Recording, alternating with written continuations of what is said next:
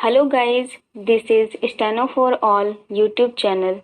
Here we provide you Hindi or English shorthand dictations at different speed. Today I am going to provide you English dictation at the speed of 80 which will help you in various Steno skill tests. Get ready for 80 word per minute shorthand dictation. Start. The story so far. On Tuesday, Defense Minister Rajnath Singh told Parliament that China had mobilized a large number of troops and armaments along the line of actual control LAC with several friction areas in eastern Ladakh, including the north and south banks of Pangong Teso Lake. He said the amassing of troops went against the bilateral agreements of 1993 and 1996. Why are there different perceptions?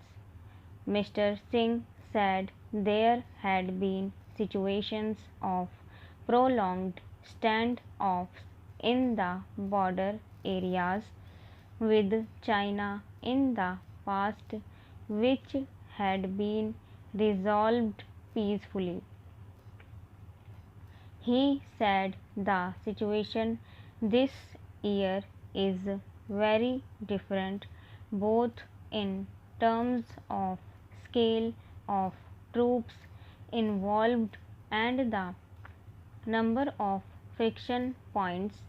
This underscores the magnitude of the current situation along the disputed boundary in eastern Ladakh.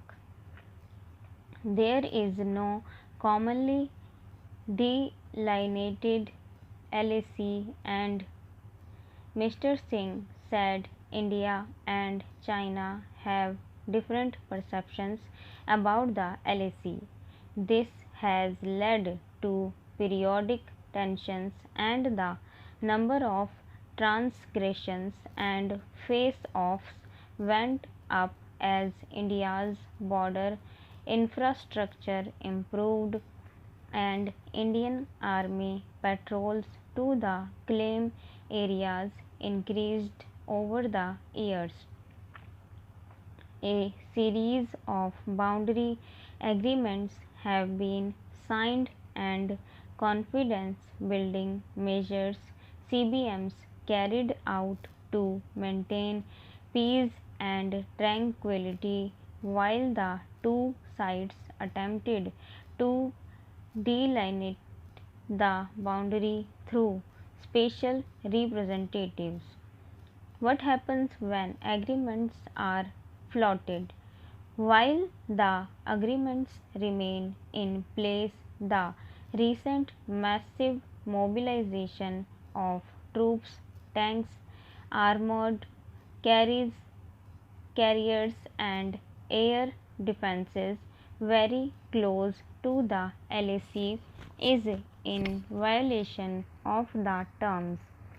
Since the Galwan Valley clash on June 15, the Army has empowered its local commanders to take appropriate action as situations unfold, and recently shots have been fired in the air, the first on the LAC since 1975. Thousands of troops and armaments continue to be deployed in close proximity, in some places within a few hundred meters of each other, so the chances of an accidental or inadvertent escalation which can spiral into a major confrontation remain high.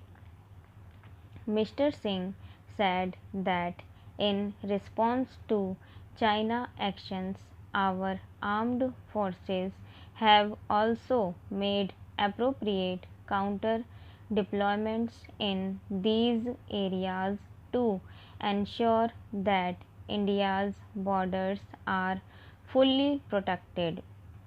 What do the border agreements say? A key element of both the 1993 and 1996 agreements is that the two sides would keep their forces in the areas along the LAC to a minimum level, Mr. Singh stated. However, the agreements do not define what comprises the minimum level. The 1996 agreement limits the deployment of major categories of armaments close to the LAC, including tanks, infantry, combat vehicles, guns with 75 or bigger caliber, mortars with 120 or above, and various missiles. It also limits combat aircraft from flying within 10 km of the LAC.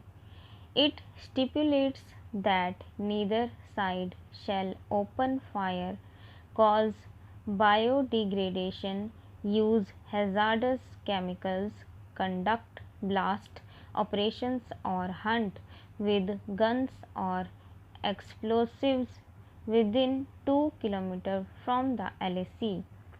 Use of firearms on the LAC is strictly regulated as per the agreements of 1993, 1996, and 2005. The 1993 and 1996 agreements also mandate that pending a final solution to the boundary question, the two sides shall strictly respect the LAC. Further, in these agreements, India and China committed themselves to clarification and confirmation of the LAC to reach a common understanding of the alignment. However, this process has made little progress since 2003. Both sides have so far exchanged maps only in the central sector, leading to overlapping claims at several points due to differences in perception. In the spring of 1996, the Taliban, who had taken southern Afghanistan under their control, organized a conference of their fighters, commanders, and mullahs in downtown Kandahar. The city hosts one of the holiest shrines in the country, the Shrine of the Clock of the Prophet Muhammad, which keeps a robe that Afghans believe was worn by the Prophet. Very rarely has it been shown to the public. Those who had assembled before an old mosque in central Kandahar were clueless what they were going to see. Then Mullah Muhammad Omar appeared on its roof with the clock in his hands. He held it aloft before the cheering crowd, who named him Amir ul Mominin, the commander of the faithful. Omar appeared with the relic at a critical juncture of the Taliban's history. The militants had not reached Kabul yet. The rank and file were divided on whether the Taliban, consisting of mainly madrasa students, madrasa students, should take the war to the capital. But what happened in Kandahar, as Steve Cole wrote in his profile of the Taliban leader in the New Yorker, was Omar's coronation as the leader of the most powerful insurgency in the country. The Taliban would capture Kabul within a few months and establish the Islamic Emirat of Afghanistan. Omar would rule most of the country for the next 5 years, overthrown by the